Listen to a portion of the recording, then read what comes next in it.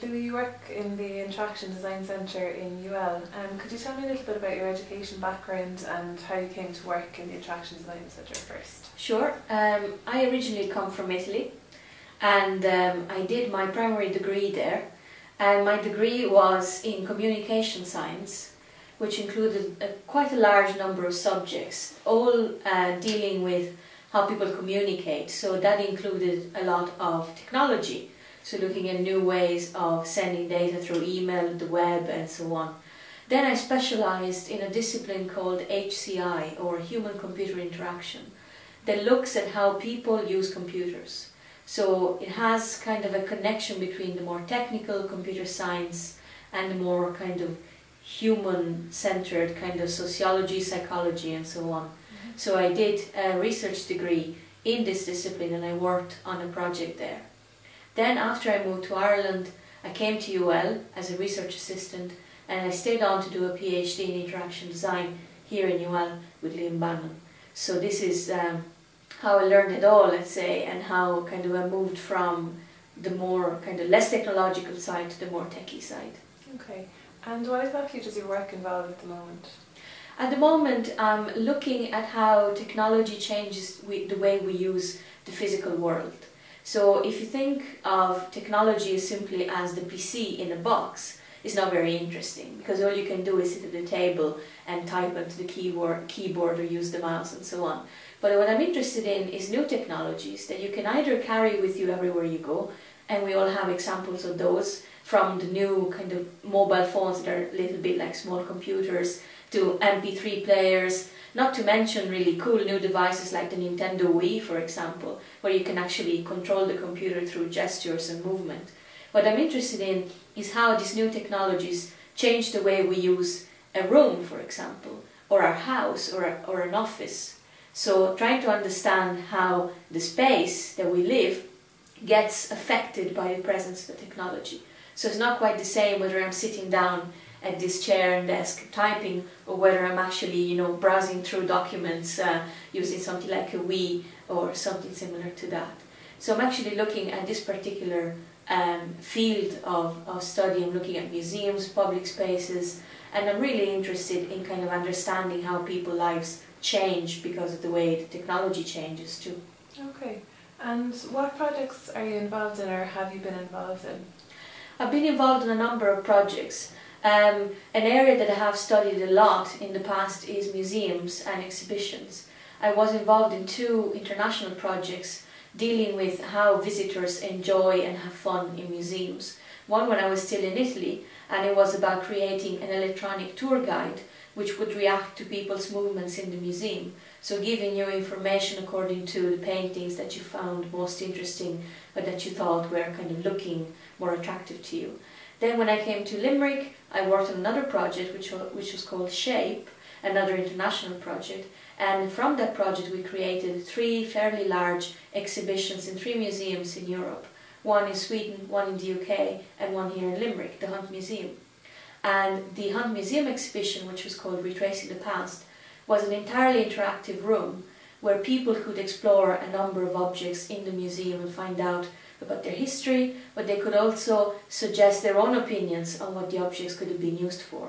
So it was a way of looking at the museum in a way that is different from, the experience you have when you go and you see objects inside a glass case and you cannot really touch them and there is a label that tells you what they are. This was an attempt through the technology to get people to be more active, to be more engaged.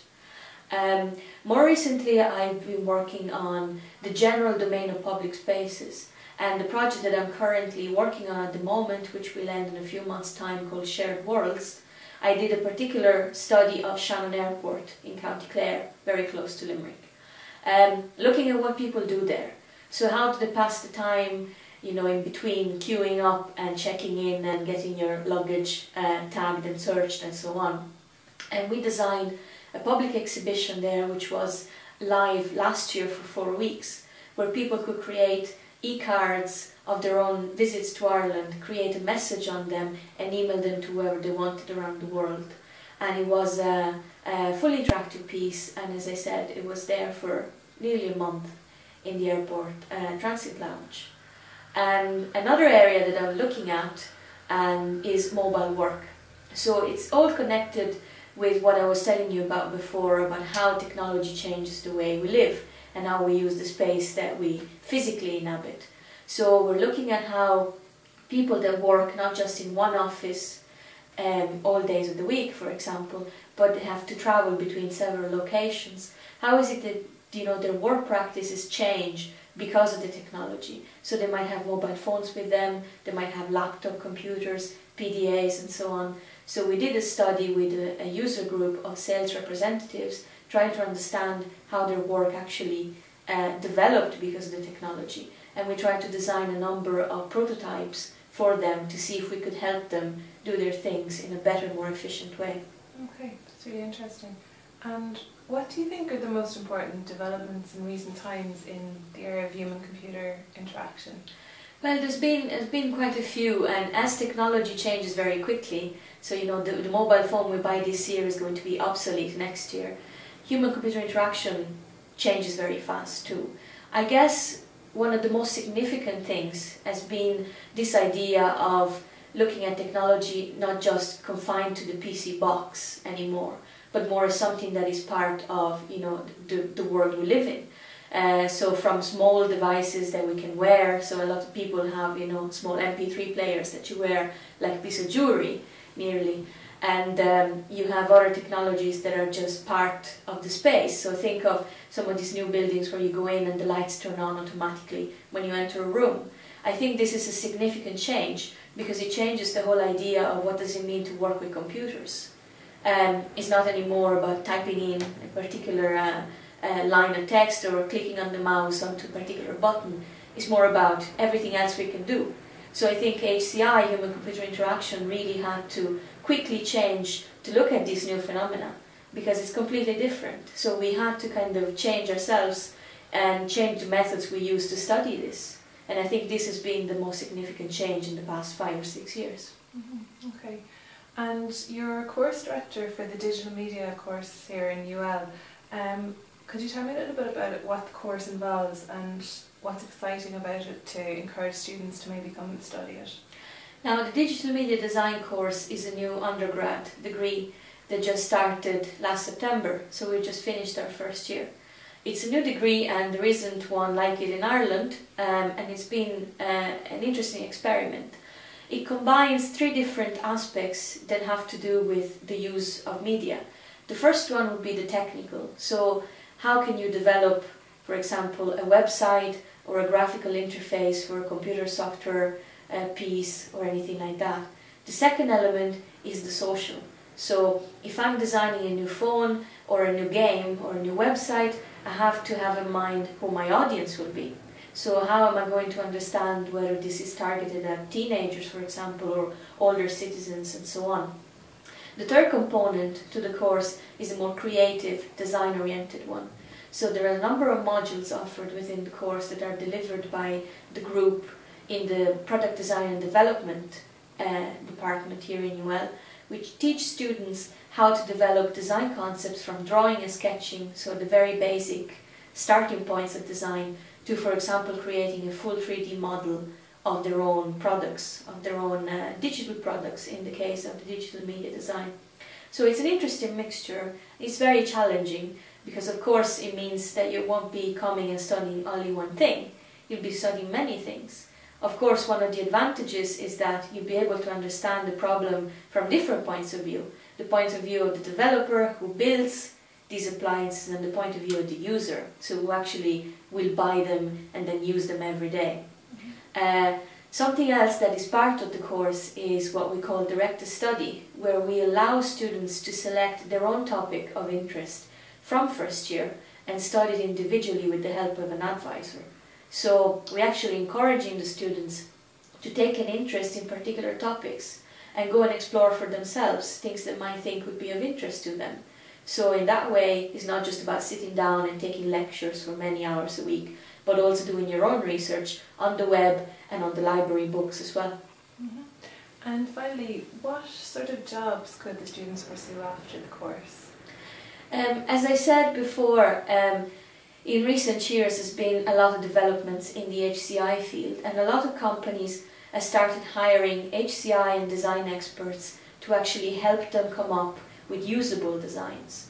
So companies like Nokia, for example, or Philips have usability and design experts who help them design new interfaces for whatever appliances they produce. So these kind of companies will certainly be interested in graduates in the digital media design course. There's also a number of consultancy companies that do this kind of work for third parties, so develop websites, do evaluations of them, and so on. And of course, there is another kind of employer that we hope will be interested in our students. And in general, the IT industry. If you know the way the IT sector has changed in the past few years, so it's not as much looking for programmers anymore, pure programmers, but looking at people who can understand the connection between the products, the software, and the people that use it.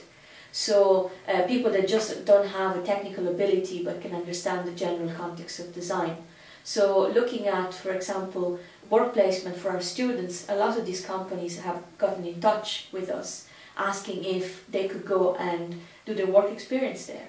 So hopefully even within Ireland, even without going to the UK where this market is much bigger, there is a number of interesting jobs there.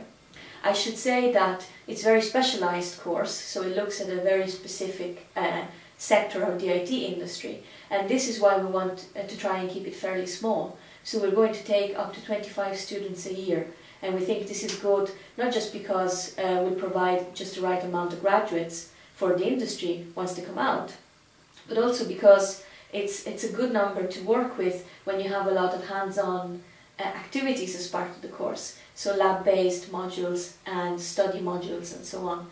So we want to keep it small, original, and something different, okay, from the other programming and computing courses in Ireland. Okay, that's great. Thank you very much. You're welcome.